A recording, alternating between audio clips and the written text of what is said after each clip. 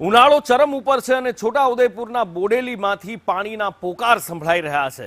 2 દિવસથી અહીંયા નર્મદાનું પાણી બંધ થઈ ગયું છે। ફિલ્ટરવાળું પાણી મળવાનું બંધ થતા લોકો ત્રાહિમામ પોકારી ઉઠ્યા છે અને ફરી એકવાર ટેન્કર રાજના દ્રશ્યો અહીંયા જોવા મળી રહ્યા છે, જ્યાં નગરપાલિકા ટેન્કર દ્વારા પાણી પૂરું પાડી રહ્યું છે। અપક્ષ ઉમેદવારોએ પાણીના ટેન્કર પહોંચાડ્યા છે।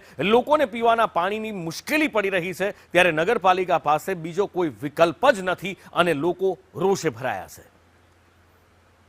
ઉનાળામાં સૌથી પ્રાથમિક જરૂરિયાત હોય છે પાણીની, અને એ જ વખતે જો પાણી મળતું બંધ થઈ જાય તો લોકોની હાલત કફોડી થઈ જતી હોય છે અને એવું જ અત્યારે જોવા મળી રહ્યું છે છોટાઉદેપુરમાં, કે જ્યાં પાણી ન મળતા લોકોને પાણી માટે વલખા મારવાનો વારો આવ્યો છે। નર્મદાના પાણીનું ફિલ્ટરવાળું પાણી આવવાનું બંધ થઈ ગયું છે।